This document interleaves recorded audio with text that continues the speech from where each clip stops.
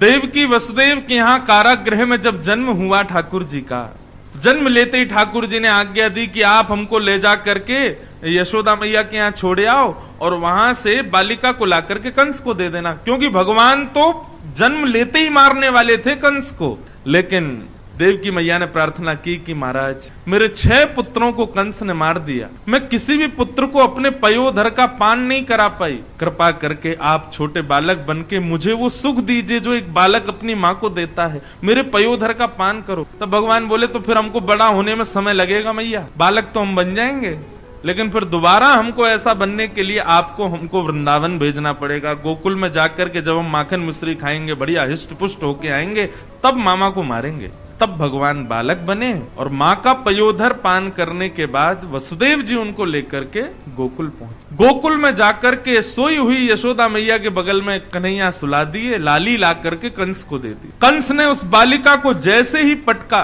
अष्टभुजी देवी भद्रकाली प्रकट हो गई और कहने लगी, अरे दुष्ट कंस, तू जिससे बचना चाहता है उसने तो जन्म ले लिया, तेरा काल, तेरा शत्रु, उसका जन्म तो हो गया। कंस बोला, माता जी एड्रेस बता दो, कहाँ हुआ है? बोली यत्रत्ववा।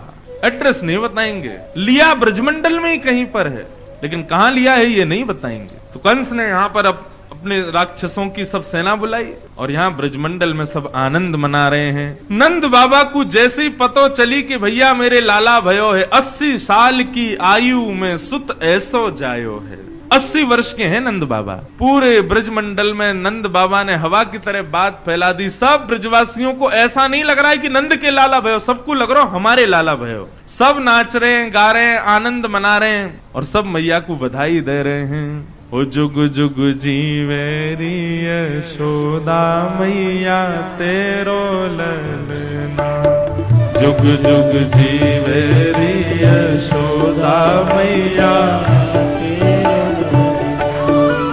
जुग जुग जीवेरी यशोदा मैया तेरो ललना, जुग जुग जीवे